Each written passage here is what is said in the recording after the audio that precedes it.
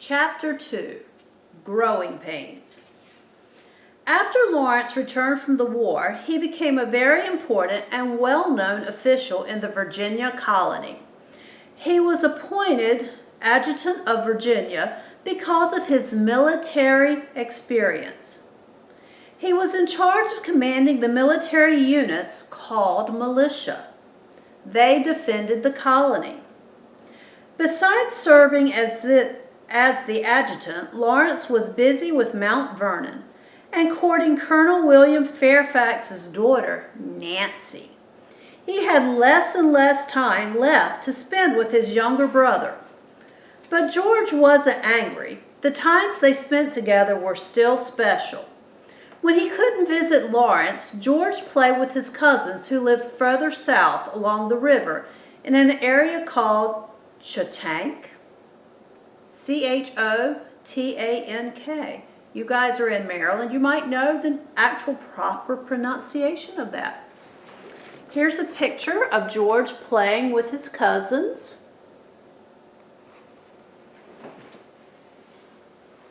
"Samson, please take me to Chotank today," he would tell the slave who always accompanied him on a ride. George always said please, even though a slave had no choice but to obey a member of his master's family. When George climbed down from his horse, Samson went back to Ferry Farm. George and his cousins played follow the leader, flew kites, pitched quoits. I wonder if that's some kind of horseshoe. I'm going to have to look that up. So guys, that's a new vocabulary word for us. Q-U-O-I-T-S. They raced across the meadow, did cartwheels on the grass, played ball, and games like badminton, lotto, and loo. George loved to remain overnight, George loved to remain overnight, staying up late, laughing and whispering. One day in the spring of 1743, George arrived at Chotank and joined his cousins on the lawn. Hardly had they begun to play when Samson returned. "Surely you haven't come to fetch me yet," cried George. "I just got here." The expression on Samson's face indicated he was bringing bad news. "Your father is very sick. You are to come home immediately."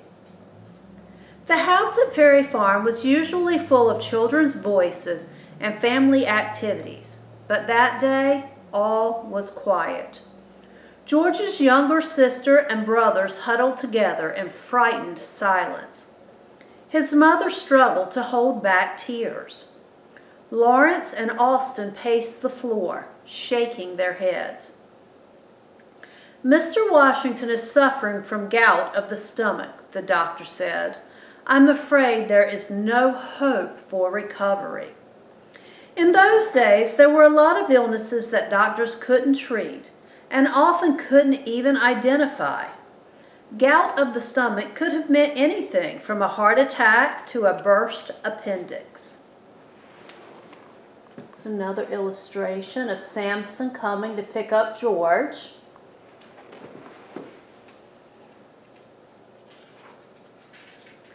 Augustine Washington had signed his will and said his prayers. Before long, his body was buried in the Washington family cemetery.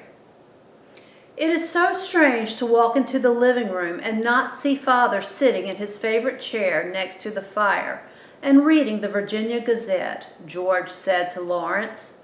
"I always wanted to spend more time with him, but the plantation and his other work kept him so busy. Now I'll never have the chance." Lawrence tried to spend more time with George, but he had many new responsibilities now that Augustine was gone. Since Lawrence was the eldest son, he inherited most of the Washington family's lands along the river.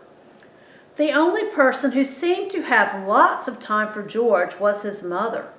But Mary's constant attention bothered rather than soothed him.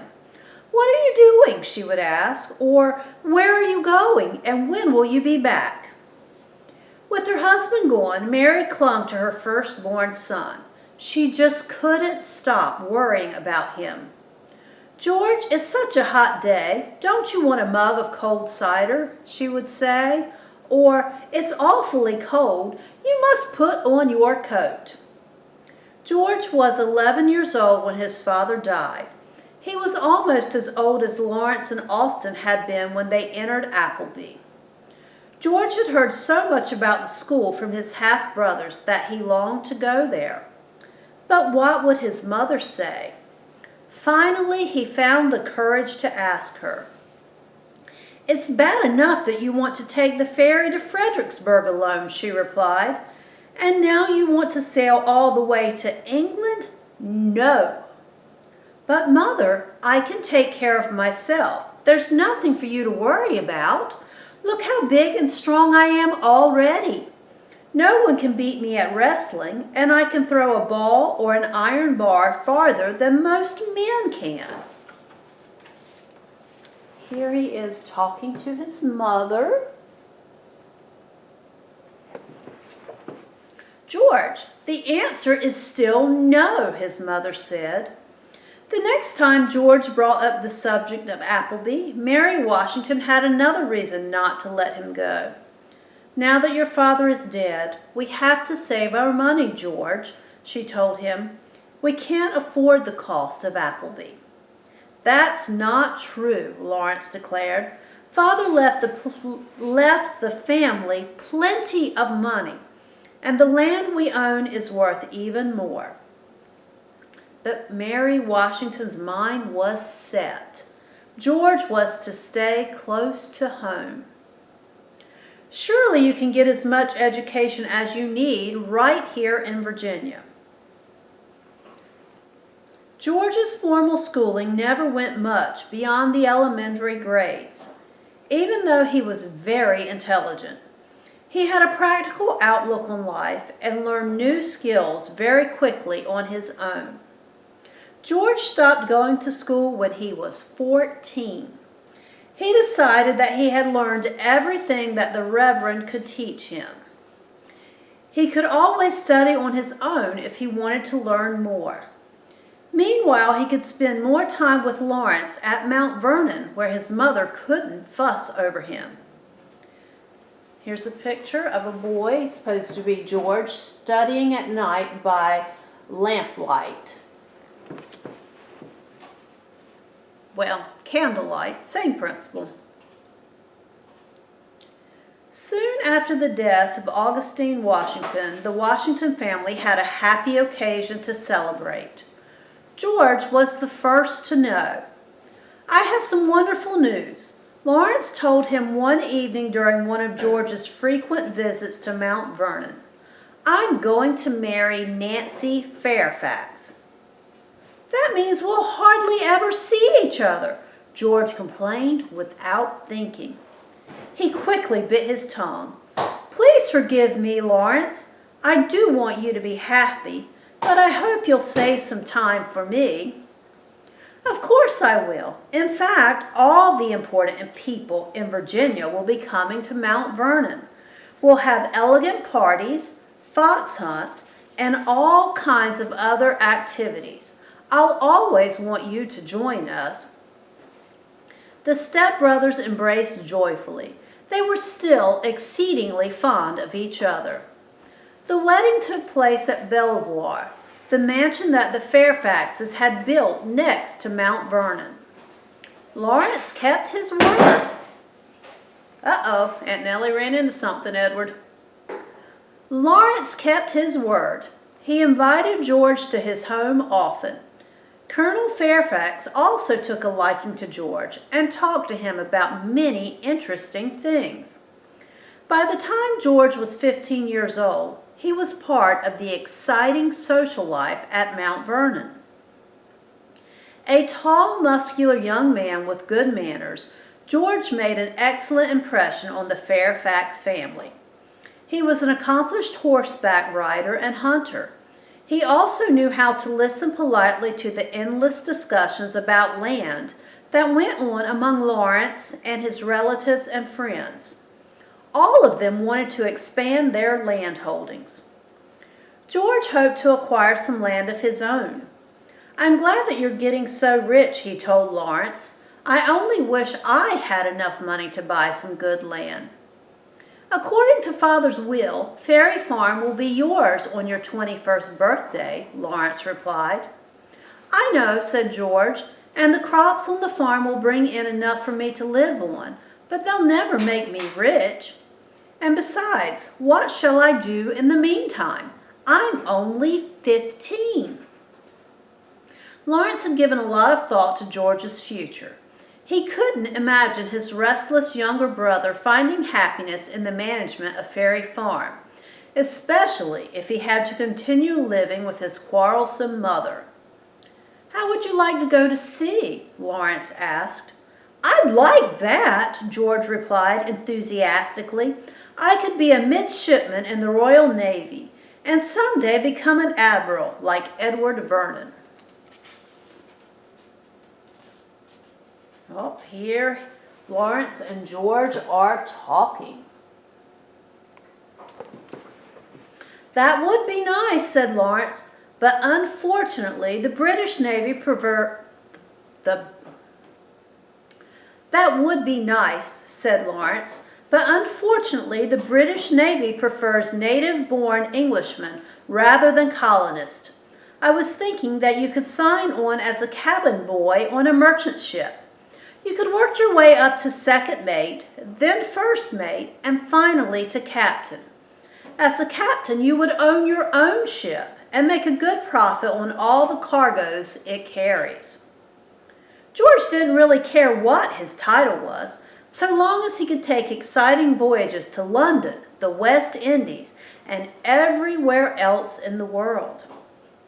"There's just one problem," said Lawrence, interrupting George's daydream. "You will have to get your mother's permission to become a cabin boy." George's spirits had soared. Now he returned abruptly to earth. "She'll never let me go. She still treats me like a 2-year-old, he groaned. Mary Washington had actually become more lenient since George was in his teens.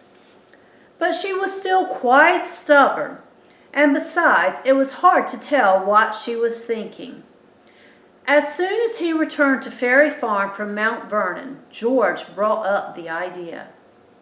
"Going to sea doesn't sound very good to me," his mother said, "but I'll think about it." Weeks passed, and she continued to think. George grew tired of waiting for an answer. He appealed to Lawrence for help.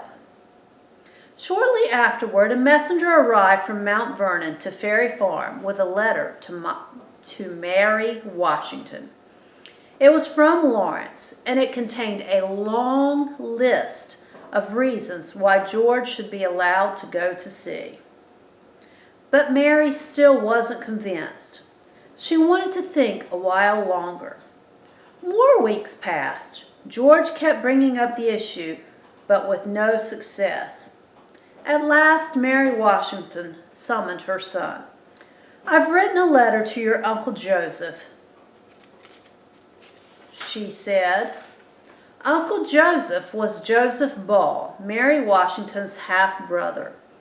"I've always trusted your uncle's judgment in matters such as this. Surely he'll be able to advise us whether or not you should go to sea." Mary went on. "When I hear from him, then certainly I'll be able to give you my answer, George." 6 more months passed before Joseph Ball's reply to Mary Washington's letter arrived, and the advice he offered meant disappointment for George. "Sailors aren't well paid or well treated," Uncle Joseph wrote.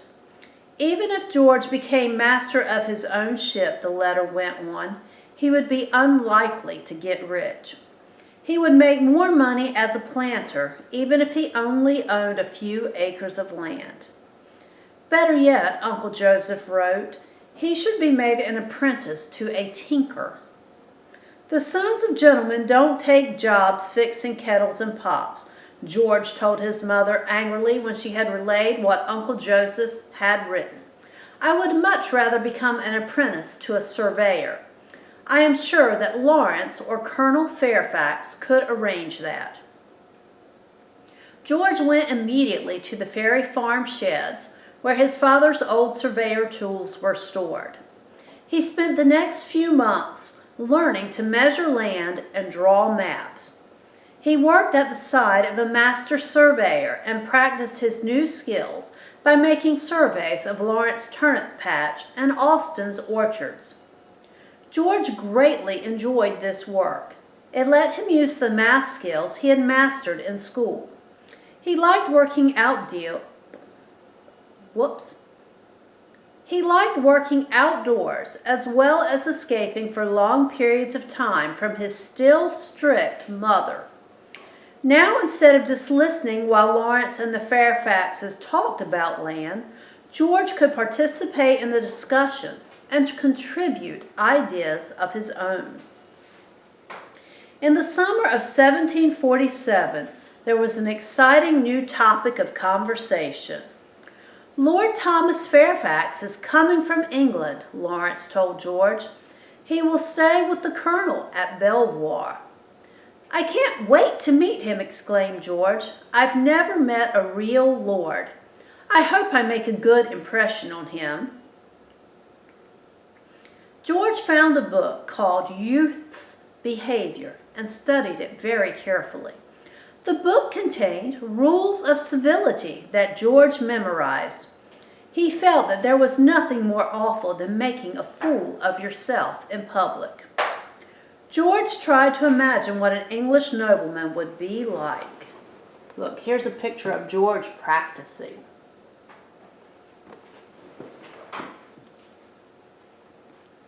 Probably he would be very dignified and wear clothes cut in the latest London fashion. George feared that his own best coat and breeches or knee-length pants would look shabby next to Lord Fairfax's, but at least he would have perfect manners. He knew that he must not spit in the fire, pick his teeth, or forget to stand up when his lordship entered the room. George counted the days until Lord Fairfax arrived. At last, Lawrence announced that it was time. They set out from Mount Vernon for the mansion at Belvoir. "Come in and let me introduce you to our honored guest from London." Colonel Fairfax greeted them at the door. George was shocked. Look at this illustration. Under it, it says George was shocked. George was shocked. To him, Lord Fairfax looked more like a farmer or a woodsman than an English gentleman. His clothes were old and rumpled and dirty. His face was unwashed and his hair uncombed. And his manners were terrible. If Lord Fairfax ever read the rules of civility, he certainly didn't follow them, George remarked to Lawrence when they were back at Mount Vernon. He was rude to most of the men and refused even to talk to the women. And if he has a wardrobe like noblemen are supposed to have, he must not have bothered to bring it to America. "I guess he's not the nicest house guest one would wish for," Lawrence admitted. But Colonel Fairfax couldn't complain. He became rich only because his lordship let him serve as his land agent in Virginia. Indeed, Lord Fairfax could think about nothing but his land. He spent almost all of his time in the Colonel's library, studying maps of the extensive properties and plotting strategies for selling them at the best prices possible. Virginia was growing rapidly, and each new wave of settlers that came had to go farther inland to find property for farms and homes.